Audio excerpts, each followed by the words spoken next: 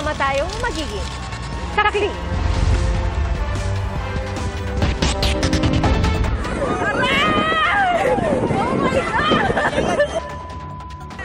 Paggewang-gewang na mga puno at nagsitumba ang mga silya. Yan po ang nahulikan na isang netizen sa gitna ng pagtama ng buhawi sa basketball court sa Abulog, Cagayan. At ayon po sa kumuha ng video, pumutok pa ang isang ilaw sa poste. Wala naman nasaktan at tuloy ang laro matapos mawala ang buhawi.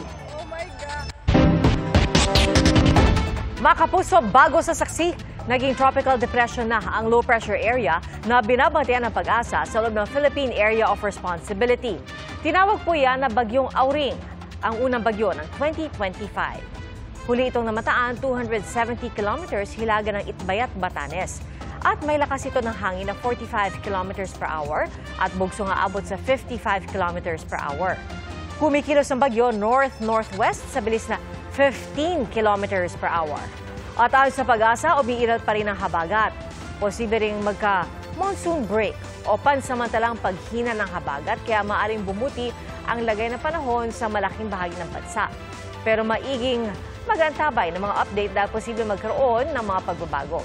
Inaantabayanan pa natin ang iba pang detalye mula sa 11 p.m. Bulletin ng Pag-asa. Disgrasya ang sinapit ng babaeng naghahatid lang sana ng kanyang mga anak para i-enroll sa pasukan. Patay ang babae matapos siyang magulungan ng bus.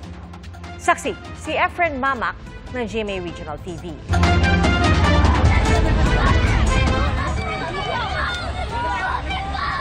Pinipigilan ng mga residente ang magkapatid na edad 11 at 10. Nalapitan ang babaeng pumailalim sa bus na ito sa Pandag, Maguindanao del Sur. Ang magkapatid, anak ng babae na nasagasaan ng bus habang sakay ng motorsiklo. Angkas niya ang kanyang mga anak na ihahatid sana niya sa paaralan sa Buluan para ma-enroll sa darating na pasukan.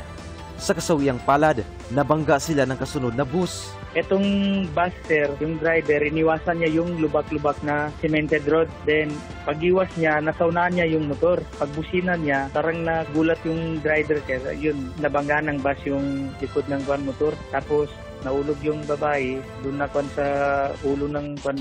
Kaya pumailalim doon sa tire ng bus, doon sa front. Nagtamo ng minor injury ang dalawang bata matapos tumilapon mula sa motorsiklo. Pero, ang kanilang ina, binawian ng buhay.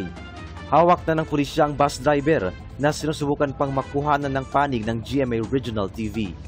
Sa Pagbilao, Quezon, wasak ang isang bahay matapos salpukin ng 10-wheeler.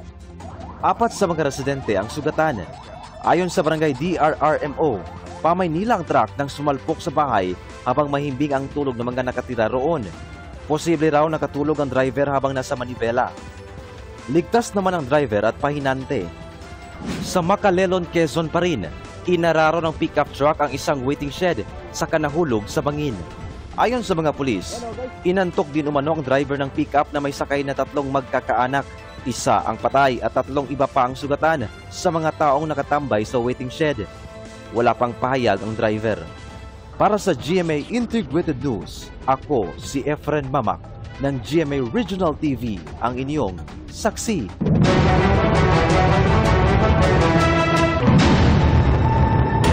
Bago sa saksi, itinumba ng riding in tandem ang isang babae sa Valenzuela.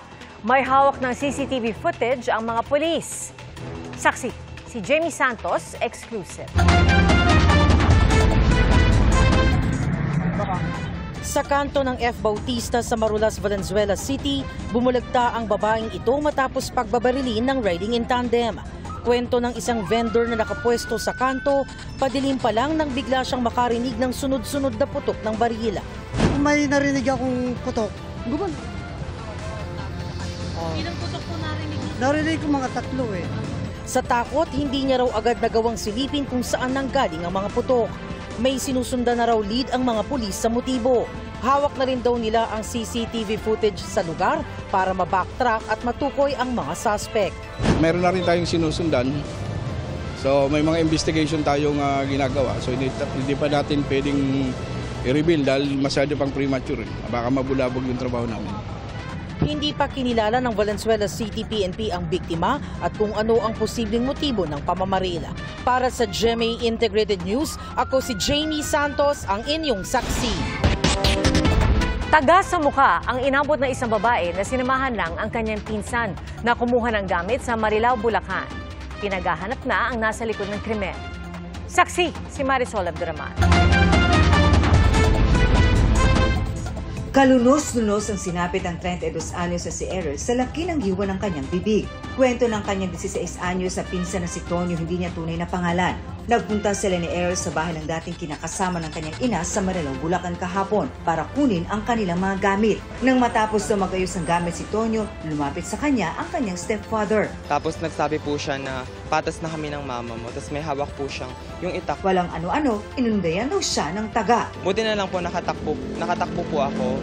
Tapos hinabol niya po, binato niya po ako ng itak pero hindi po ako tinamaan. Habang tumatakbo, sinisigawan daw niya ang pinsang si Errol na naghihintay sa kanya sa labas ng bahay. Sumigaw-sigaw na po ako sa ate ko na tara na po, tara na, hayaan mo na yung gamit ko. Tapos ayun po, naataga po siya ng tito ko. Ako po yung dapat tatagain niya dapat kasi yung ate ko po nadamay lang po. Gusto niya lang po naman, natulungan lang naman po ako para iuwi yung mga gamit ko. Nataga sa mukha si Errol na agad dinala sa ospital. Hindi niya po kaya ibuka yung bibig niya kasi medyo lawlaw po. Hindi matanggap ng kinakasama ni Errol ang nangyari. Kung mapaliwanag, nakatayo lang po ako tas tinititigan ko lang siya. Gusto ko pong mabigyan ng hustisya siya kasi yun din po yung gusto niya. Sinulat niya po yung kagabi, kanina sa papel. Gusto niya ng hustisya, gusto niyang makulong yun. Inihahanda na ng Marilao Police ang mga reklamong frustrated homicide at attempted homicide sa suspects na hanggang ngayon ay at large pa rin. Nakuha po natin yung kitchen knife doon mismo sa crime scene. O yun po yung ginamit ng suspect. Nagsasagawa kami ng hot pursuit operation para malukit natin to at mahuli natin. O kapag pumipigit po ako, naaalala ko po yung mukha niya na nakatingin po sa akin na may hawak ng ang itak po, na tatagain po ako. Para sa GMA Integrated News, Marisol Abduraman, ang inyong saksi.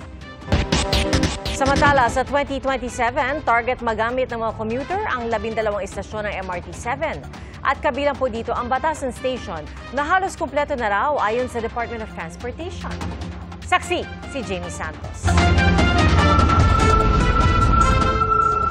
Ipinasilip na ng Department of Transportation ang MRT-7 Batasan Station. Pinasok na rin ang MRT-7 coach. Ininspeksyon ni DOTR Secretary Vince Dizon ang ticket booth counter, turnstile gates, access ramp, train platforms at umaandar na rin ang mga bagon ng tren. Ayon sa DOTR, halos 100% na ang complete rate ng istasyon. Ito raw ay bilang tugon sa utos ng Pangulo na pabilisin ang pagtapos sa mga proyektong makatutulong sa mga commuter. Inaasahang masasakyan na raw ng mga pasahero ang 12 istasyon ng MRT-7 sa 2027 mula sa North EDSA hanggang sa Sacred Heart Station sa Caloocan City. Ilang commuter ang nakausap namin na excited na sa pagbubukas ng MRT-7. Sana nga raw sa mas madaling panahon ay magamit na nila ito. Malaking bagay na po yun, ma'am, na may tren na po dito. Kasi kahit di na po mag-jeep, mayroon na po may tren na po. Pag maulan, mas safe sila doon sa tren. Iwas traffic po. Mas mabilis po talaga kasi po kumbaga kukuha na lang ng yung ticket. Then pag sakay niyo diretso na po ko sa kayo location pupunta tsaka bababa doon. Kung jeep po talaga hihinto pa, bababa, hihinto, bababa. Parang natatagalan po talaga yung kaya nagkakaroon ng traffic. Maging ang ilang may maliit na negosyo sa baba ng istasyon, hindi na rin makahintay sa pagbubukas nito. Ang ilan nga excited na rin subukan makasakay sa tren. Siguro marami na kaming customer dito. Excited na po. Gusto na talaga naming sumakay dyan sa bus. Mahirap po. Mahirap.